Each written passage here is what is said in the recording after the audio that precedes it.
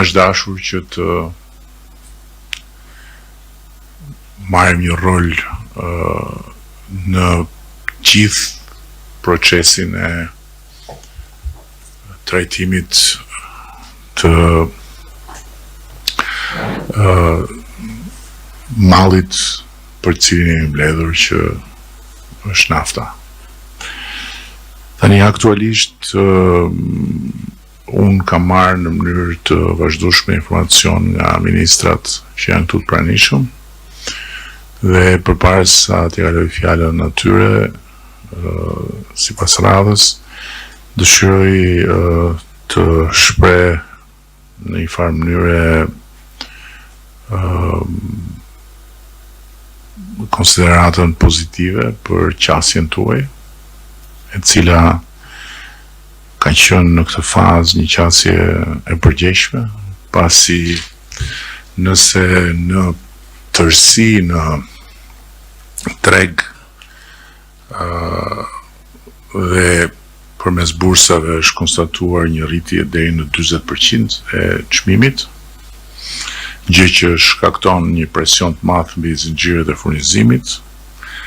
Në Shqipëri çmimi është rritur, por në mënyrë shumë të moderuar se sa rritja që është parë për shkak të rritjes së çmimit në bursë në disa vende të tjera. Gjithsesi, sfida është e hapur, nuk di të thot askush se kur do të mbyllet ajo betejë që mban faktikisht lidhur pas vetes edhe çmimin e naftës. Nuk di të thot askush si do shkoj çmimi në bursë, në rast se do ketë rritje të mëtejshme, në rast se do stabilizohet në një pikë caktuar. Por është e sigurt që ne duhet të bëjmë atë që ne mund të bëjmë dhe atë që neve na takon, duke filluar nga rezerva, sipas informacioneve të marra, konsiderohet që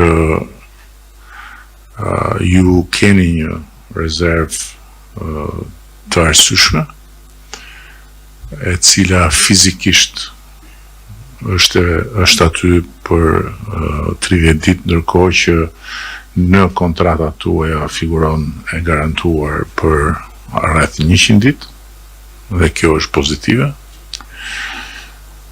Megjithatë, mbetet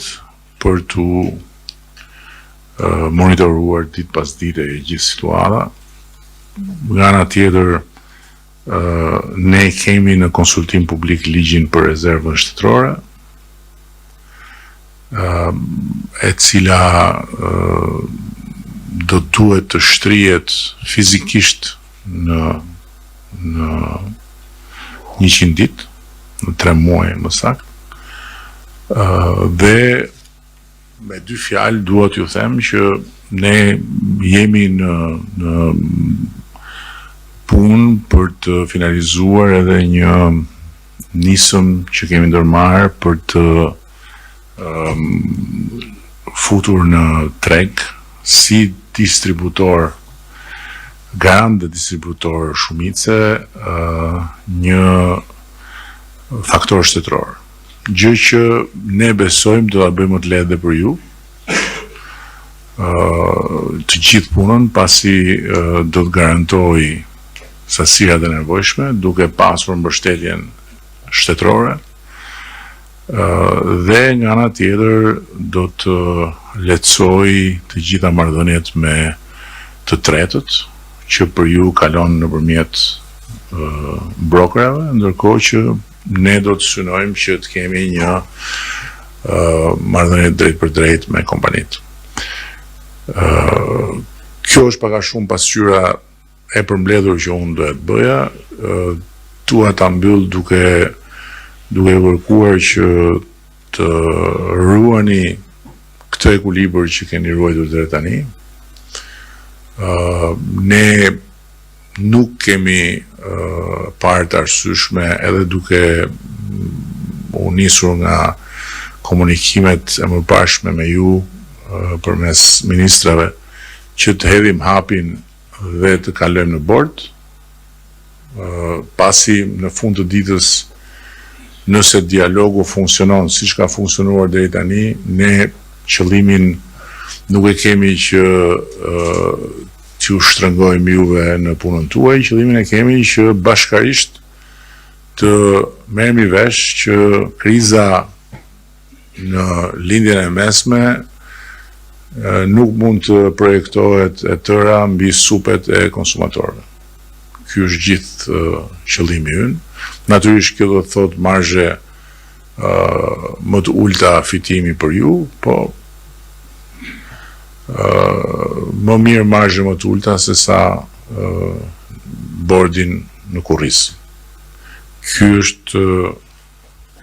përfundimi në cilin ne kemi dalë.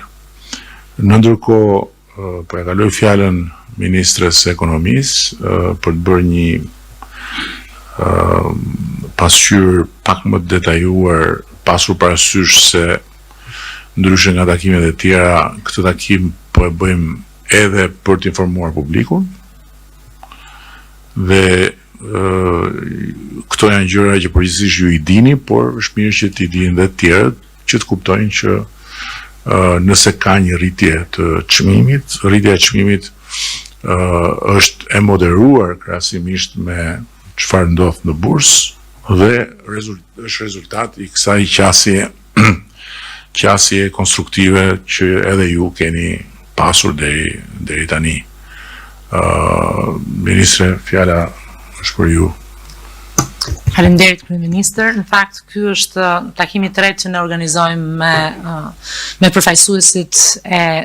kryesor të tregut të shumicës së hidrokarburave, por edhe përfaqësuesit kryesor të tregut të pakicës, me qëllim analizën e situatës. Shqetësimi ynë kryesor si fillim